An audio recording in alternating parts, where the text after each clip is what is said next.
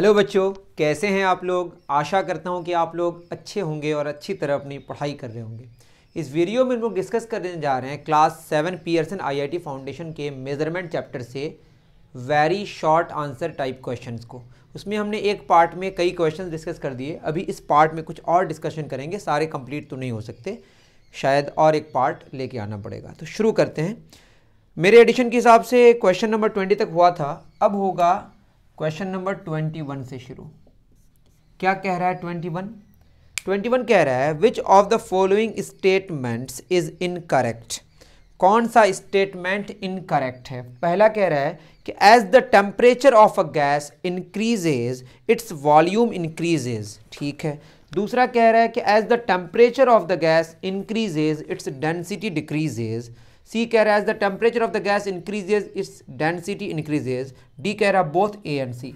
देखिए बच्चों, मैं अगर बात करूं डेंसिटी की, तो डेंसिटी का जो फार्मूला होता है, रो इसका सिंबल हम लेते हैं, चलिए पूरा लिखता हूं अभी, मास बाई वॉल्यूम।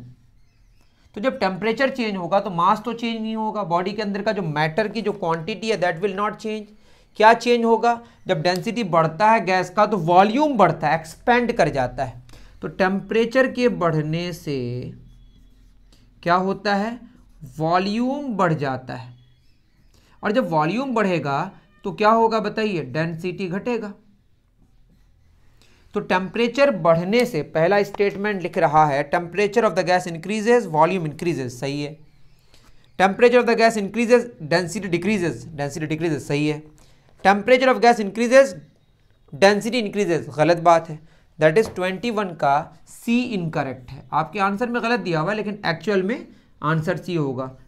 क्यों? क्योंकि आपको इनकरेक्ट को टिक करना है। आई थिंक आपको बात समझ आई होगी। टेम्परेचर के बढ़ने से एक्सपेंड करता है, वॉल्यूम बढ़ता है, वॉल्यूम बढ़ता है तो डेंसिटी घटता है, क्योंकि मास चेंज नहीं होता। चलिए 22 बोला है an atlas of a country is shown in the figure the distance between A and B.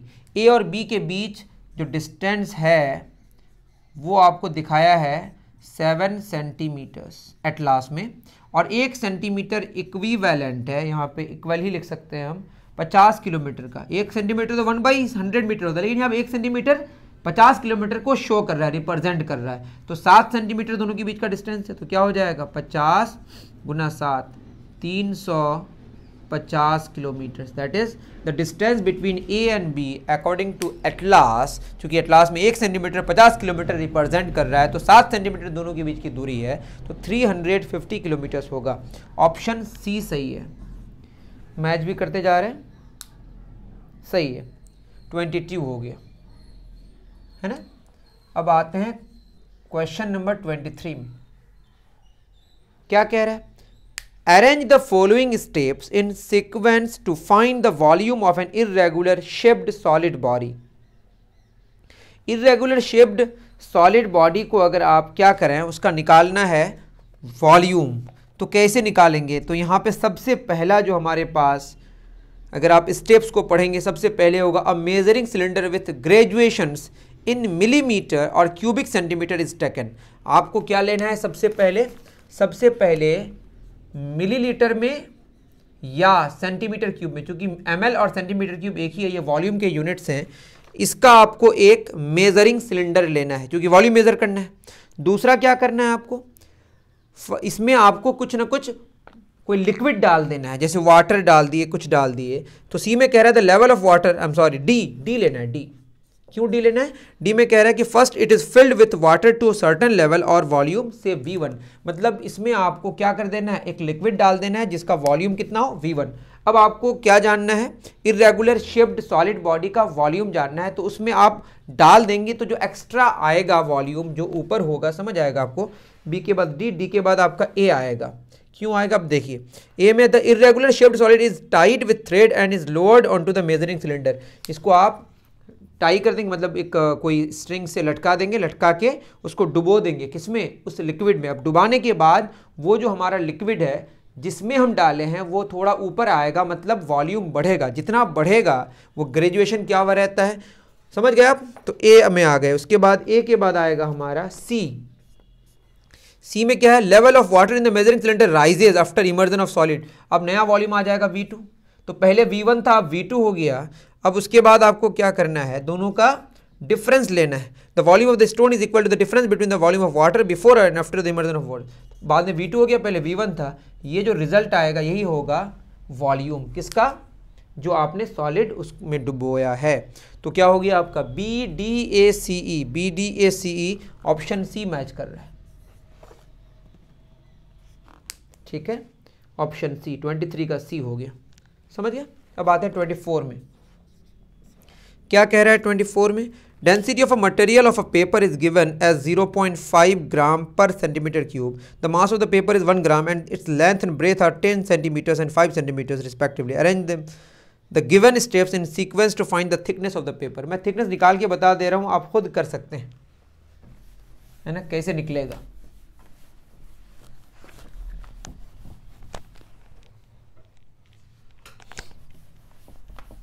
काफ़ी आसान सवाल है, बस आपको स्टेप्स बताना है। 24 में आप ये जान लीजिए, जो डेंसिटी गिवन है वो कितनी गिवन है, 0.5 gram per centimetre cube. Okay, mass of the paper is 1 gram, mass कितना गिवन है 1 gram, and is length and breadth, length given है, ब्रेथ गिवन है 10 सेंटीमीटर्स 5 सेंटीमीटर्स। और हाइट मतलब या डेप्थ या उसकी थिकनेस वो कितना नहीं पता, हमें ये निकालना है। तो वॉल्यूम यहाँ से लंबाई गुना चौड़ाई गुना ऊंचाई होती है यहाँ से। तो पहले तो हम वॉल्यूम अगर निकालना चाहें तो डेंसिटी का फॉर्मूला होता है हमारा मास बाई वॉल्यूम। तो यहाँ से वॉल्यूम का फॉर्मूला हो जाएगा मास बाई डेंसिटी। तो डेंसिटी का फॉर्मूला होता है मास बाई वॉल्यूम। तो B सबसे पहले होगा, उसके बाद C होगा, है ना। वॉल्यूम यहाँ से निकाल लेंगे, कितना है मास 1 ग्राम और डेंसिटी है 0.5 gram per centimetre cube, that is 10/5, ये ऊपर चला जाएगा, centimetre cube that is 2 centimetre cube. ठीक है, ये आ जाएगा आपका B के बाद C। उसके बाद चूंकि वॉल्यूम आ गया तो वॉल्यूम का फॉर्मूला होता है लंबाई गुना चौड़ाई गुना ऊंचाई। तो यहाँ ऊंचाई आ जाएगा वॉल्यूम बाई लंबाई गुना चौड़ाई। तो वॉल्यूम बाई लंबाई गुना चौड़ाई कौन सा हो जाएगा, उसके बाद D, उसके बाद A। यहाँ से निकाल लेंगे आप, वॉल्यूम कितना 2 centimetre cube divided by 10 centimetre Guna 5 centimetre, centimetre square cancel हो जाएगा, 1 सेंटीमीटर बचेगा ऊपर, 50 2/50 सेंटीमीटर्स हो गया आंसर, या 1/25 सेंटीमीटर, ये आंसर आ गया। तो इतनी गहराई हो गई, जितना भी आएगा देख लीजिएगा, है ना। हमें बस निकालना था BCDA हो गया। तो BCDA that is option D correct. In steps के सहारे से इसका आंसर निकाल सकते थे, ऑप्शन D करेक्ट, सही है। अब आता है 25, डन, ओके।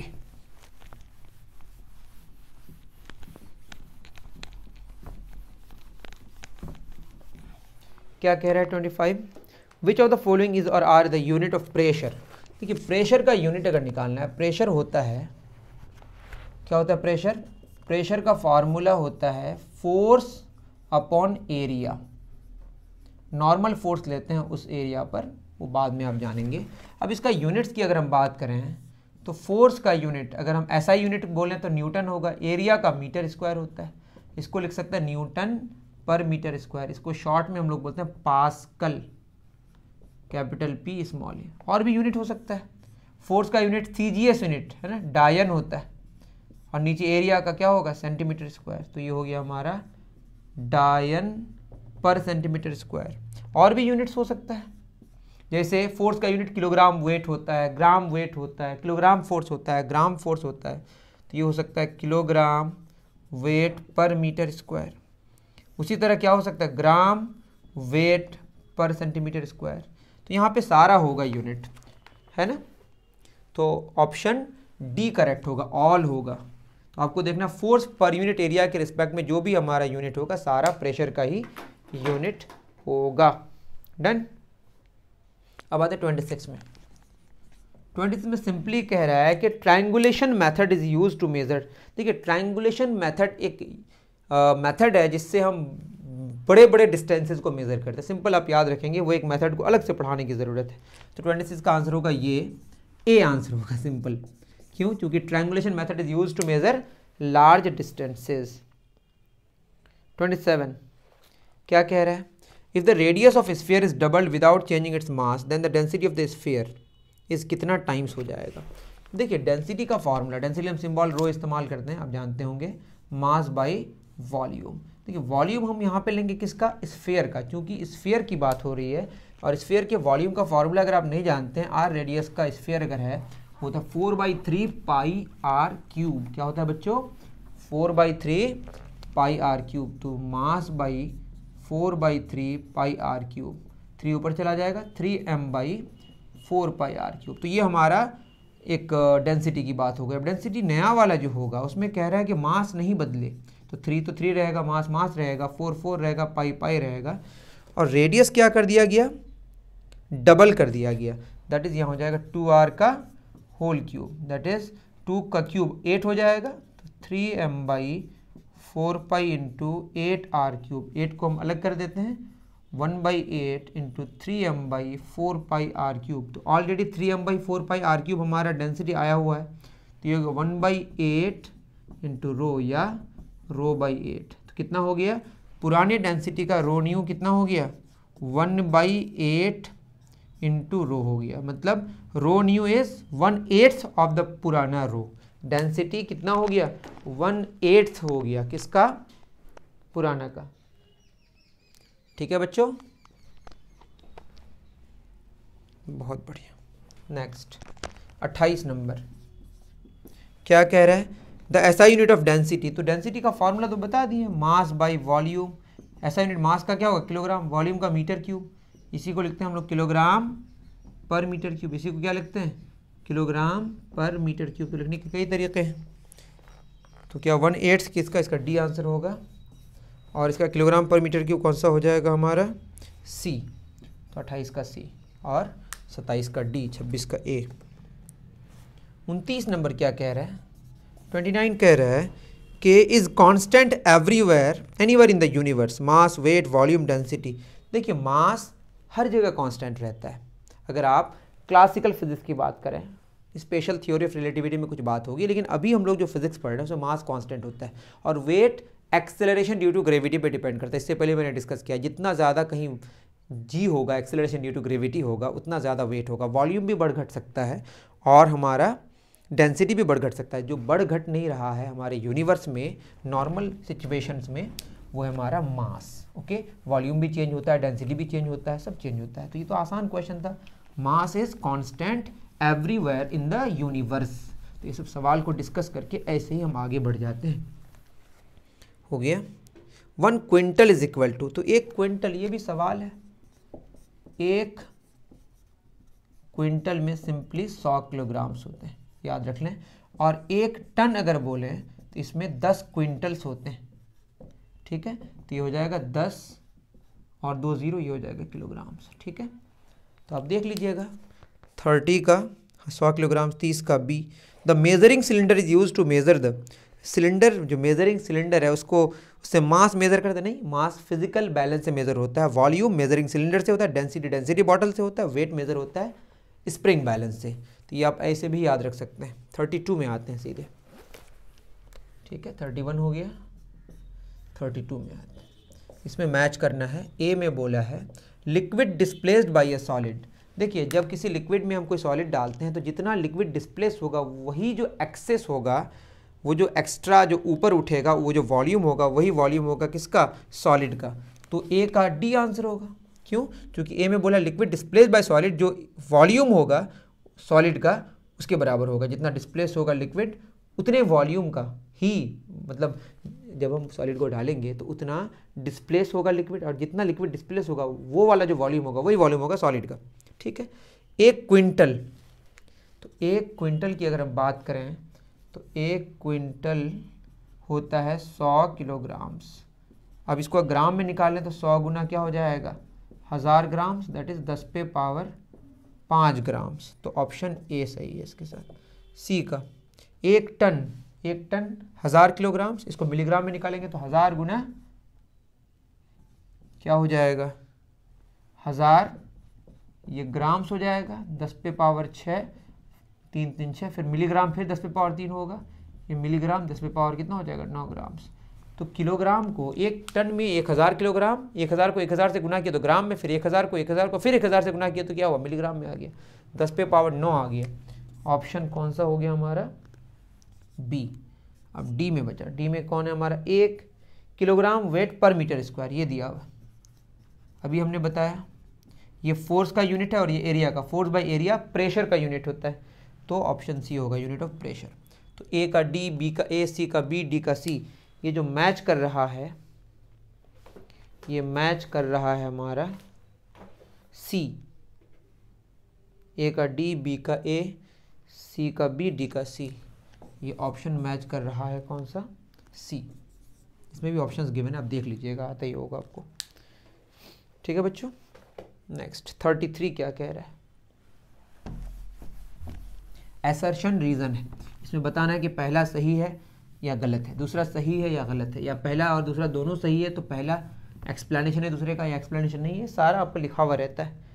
33 का असर्शन में बोला है the mass of 150 metre cube iron is greater than mass of 150 metre cube wood. 150 mass of क्या बोला है iron is greater than the mass of क्या वुड, और दोनों की डेंसिटी सेम है, आई एम सॉरी दोनों का वॉल्यूम कितना है 150 मीटर क्यूब। देखिए डेंसिटी का फॉर्मूला होता है मास बाय वॉल्यूम, तो मास हो जाएगा हमारा डेंसिटी इंटू वॉल्यूम, वॉल्यूम दोनों का सेम है तो जितना जिसका ज़्यादा डेंसिटी होगा उतना ज़्यादा मास होगा।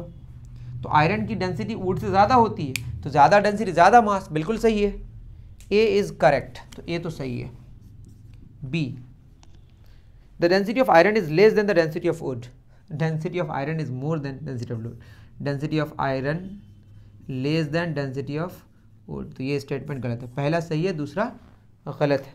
तो इसके हिसाब से both A and R are false, ये बात गलत है, A is true but R is false, C सही है, क्योंकि सी में कह रहा है ए सही है दूसरा गलत है, तो सी वाला ऑप्शन हमारा सही हुआ। 33 का सी सही है। 34 the magnitude of volume of any liquid is equal to the magnitude of its mass when measured in serious system. देखिए पानी की जो डेंसिटी होती है ना, ए में कह रहा है कि जितना वैल्यू मास का उतना ही वैल्यू वॉल्यूम का। देखिए डेंसिटी ऑफ वाटर की बात करें नॉर्मल कंडीशन में 1 ग्राम पर सेंटीमीटर क्यूब होता है, मतलब 1 सेंटीमीटर क्यूब तो 1 ग्राम, 2 सेंटीमीटर क्यूब तो 2 ग्राम, 3 सेंटीमीटर क्यूब 3 ग्राम। ये सबके लिए वैलिड नहीं है, किसी का 1 ग्राम से ज़्यादा होता है, किसी का कम होता है। वाटर का ये वैलिड है ऐसा कि जितना वैल्यू वॉल्यूम का होता है न्यूमेरिकल में नंबर में उतना मास का भी होता है। तो मैं अगर बोलूँ कि 500 सेंटीमीटर क्यूब या 500 ml तो 500 ग्राम, 500 ml 500 ग्राम, ml मतलब वही, इसको ml भी बोलते हैं मिलीलीटर, तो 1 ग्राम पर ml तो 5, समझ गए। तो पानी में क्या होता है ना कि 500 ml बोलने का मतलब 500 ग्राम ही होगा, क्योंकि डेंसिटी उसकी 1 ग्राम पर ml है। लेकिन ये सारे में वैलिड नहीं है, सिर्फ पानी के लिए वैलिड है। किसके लिए वैलिड है? पानी के लिए। किसी का इससे ज़्यादा होता है, किसी का इससे कम होता है। तो क्या बोला है? The magnitude of volume of any liquid is equal to the magnitude of its volume when measured in serious. बिल्कुल गलत बात है, ये सिर्फ पानी के लिए सही है नॉर्मल कंडीशंस में। B density of the liquid बराबर mass of the liquid into volume. Density बराबर मास गुना वॉल्यूम बोला, मास बाई वॉल्यूम होता है, तो ये भी गलत है। बोथ आर फॉल्स, तो ये हो जाएगा हमारा डी। तो 34 का डी हो गया, सही है। 35 मिटा दें। 35 एक बेकार क्वेश्चन है, तब भी डिस्कस कर देते हैं। क्या कह रहा है कि write the following steps in sequential order to show that the volume of liquid displaced by a solid which is insoluble and completely immersed in liquid increases the increase in the volume of the solid. मतलब कोई चीज़ को जब डुबाते हैं और वो insoluble है तो उसकी डेंसिटी क्या हो जाता है, उसका जो वॉल्यूम है बढ़ जाता है उस पानी, मतलब वो पूरे सिस्टम का। तो सबसे पहले हम क्या करेंगे, 35 का सी है।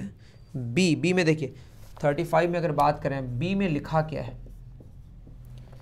बी में लिखा है different object such as glass, stone, ETC of different volumes are immersed in different liquid such as water. सबसे पहले हम जो ऑब्जेक्ट्स इनसॉल्युबल है वो पानी में हम डालेंगे, ठीक है, तो बी में हो गया different objects such as glass, stone, ETC of different volumes are immersed in different liquids such as water, kerosene, ETC. Water में, केरोसिन में हम डालेंगे। दूसरा क्या करेंगे, दूसरा उसके बाद the displace liquid is collected, जो डिस्प्लेस होगा वो किसी और बीकर में हम कलेक्ट करेंगे। Liquid is collected in beaker and its volume is measured with the help of measuring cylinder. Measuring cylinder के सहारे फिर हम लोग क्या करेंगे, मेज़र करेंगे। उसके बाद आते हैं ये जो फिनोमिना है डिफरेंट प्लेसेस और डिफरेंट अलग अलग वक्त में और अलग अलग जगह में हम लोग ये ऑब्जर्व करेंगे, तो फिर सी लेंगे। फिर उसके बाद it is observe that volume of the display liquid increase, ये ऑब्जर्व किया जाएगा कि जितना ज़्यादा सॉलिड को हम बढ़ाते जाएंगे, जितना ज़्यादा वॉल्यूम ऑफ सॉलिड को हम डुबाएंगे, जितना ज़्यादा वॉल्यूम होगा उस सॉलिड का उतना ज़्यादा लिक्विड डिस्प्लेस होगा और वो बीकर में जमा होगा। Simply BACD। अब BACD देखेंगे तो ऑप्शन सी मैच कर रहा है, तो ये बेकार सा एक क्वेश्चन था आई थिंक। 36 में आते हैं, क्या कह रहा है, the unit of force in SI system is newton, ठीक है, and its given as 1 newton is equal to. 36 में कह रहा है कि 1 न्यूटन जो है ना, ये है 1 kilogram metre per second square. Kilogram mass का यूनिट है, metre per second square acceleration का, मास गुना एक्सेलरेशन फार्मूला होता है। और CGS सिस्टम में डायन होता है, एक डायन होगा 1 gram centimetre per second square. Arrange the following in a sequential order to relate the SI unit and CGS unit of force. बहुत सिंपल है, अगर हम 1 न्यूटन बराबर लिखें 1 kilogram metre per second square, 1 kilogram है 1 metre है 1 second है यहाँ पे, और हमें पता है कि 1 किलोग्राम बराबर कितना होता है 1000 ग्राम। पहले तो हम ये जान लें कन्वर्जन। 1 मीटर बराबर कितना होता है 100 सेंटीमीटर, यहाँ पुट करना पड़ेगा 1000 ग्राम या 100 सेंटीमीटर। CGS में सेंटीमीटर ग्राम सेकंड होता है, बदलने की ज़रूरत नहीं है, ऐसे रह जाएगा। तो 3 और 2 5, 1 2 3 4 5 ग्राम सेंटीमीटर पर सेकंड स्क्वायर, ये हो गया हमारा 10 पे पावर 5, और ये पूरा मिलके क्या हो गया डायन। तो 1 न्यूटन और डायन में ये रिलेशन है कि 1 न्यूटन में 1 लाख डायन होता है। अब इसको आपको मिलाना पड़ेगा। कब बी में सबसे पहले ए होगा, ए में क्या बोला है, right the conversion of kilogram. देखिए सबसे पहले सब लिख दिया किलोग्राम मीटर, किलोग्राम इंटू है ना, kilogram and metre into gram and second. Kilogram का ग्राम है, मीटर का सेकंड, लिख लिया पहले। ये हो गया यहाँ से हमारा पहला स्टेप हो गया, ठीक। उसके बाद 36 का बी है, उसके बाद बी ही लेंगे। बी में क्या बोला, सब्सिट्यूट कन्वर्जन ऑफ 1 न्यूटन बराबर नहीं, देखिए 1 न्यूटन बराबर के लिए सब सब्सटीट्यूट कर दिए, ये वाला हो गया हमारा बी। उसका डी में आते हैं, राइट द प्लेस ऑफ, यहाँ जो ग्राम सेंटीमीटर पर सेकंड स्क्वायर है इसके प्लेस में हम डायन लिख देंगे, तो यहाँ पे हमारा यहीं पे आ गया फिर कौन, डी। फिर रिलेशन हो गया हमारा 1 न्यूटन बराबर 10 पे पावर 5 डायन, खत्म। फिर उसके बाद ए आ जाएगा, तो ये हो गया बी डी ए, पहले हो गया ए, उसके बाद बी, फिर डी, फिर उसके बाद आएगा सी। सी में बोले write the relation between 1 newton, लिख दिया रिलेशन। तो A B D C, A B D C आपका मैच कर रहा है बी में। मतलब सीक्वेंस में आपको बताना है कि पहले कौन सा स्टेप, सबसे पहले आप किलोग्राम को ग्राम में और मीटर को सेंटीमीटर में कन्वर्जन का आप लिख लीजिए कि कैसे क्या होता है। उसके बाद न्यूटन के प्लेस में लिखिए, उसके बाद फिर आगे बढ़िए, फिर ये कीजिए वो कीजिए, मैंने तो बता ही दिया। Which the following statements is correct. Mass is the amount of matter content in body, ठीक है। मास बॉडी के अंदर कितना मैटर कंटेंट है उसी को मास कहते हैं। Mass is constant everywhere in the universe, बिल्कुल सही है। ऐसा unit of mass is kilogram, बिल्कुल सही है। ये सारे सही हैं, तो 37 का सारा सही है, ऑल ऑफ दीज मार दीजिए इसको।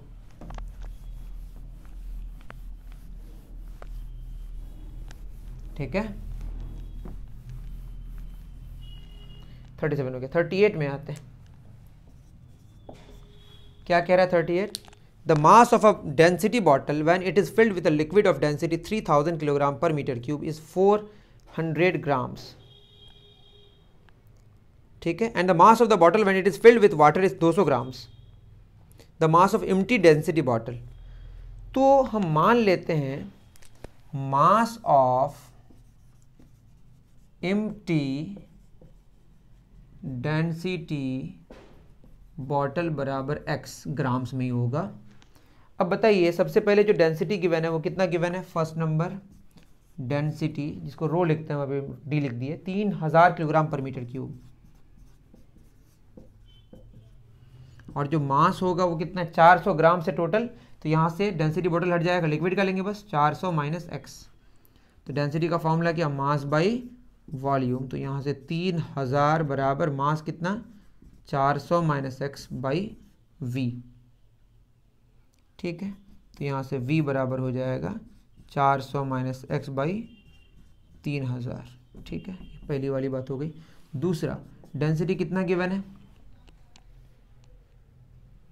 मास ऑफ द वाटर में वाटर का तो डेंसिटी कितना हो जाएगा 1000 किलोग्राम पर मीटर क्यूब। मास 200 ग्राम है, मतलब x हटा देंगे। तो यहाँ से वॉल्यूम बराबर क्या होगा, मास बाई डेंसिटी।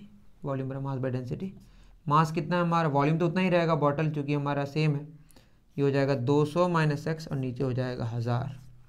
तो यहाँ v बराबर कितना, 200 माइनस एक्स बाई 1000। यहाँ v बराबर कितना, 400 माइनस एक्स बाई 3000। दोनों बराबर है वॉल्यूम, तो क्या हो जाएगा 400 माइनस एक्स बाई 3000 बराबर 200 माइनस एक्स बाई 1000। कैंसिल, तो हो जाएगा 400 माइनस एक्स बराबर, ये उधर चला जाएगा 3 दूना 600 माइनस 3x।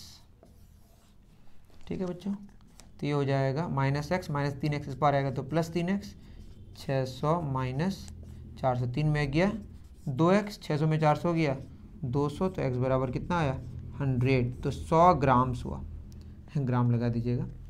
तो समझ गया, बहुत आसान क्वेश्चन है। तो 100 ग्राम्स वॉल्यूम है डेंसिटी बॉटल का।